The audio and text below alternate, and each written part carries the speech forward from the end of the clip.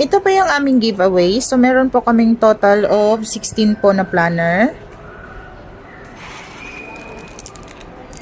And meron naman po kaming total of 34 po na notepads. And meron naman kaming total of 17 po na ball pens. And nail cutter po na total of 15. So, ito naman po yung updated na monitoring po namin sa ball pen. Ito po yung sa planner.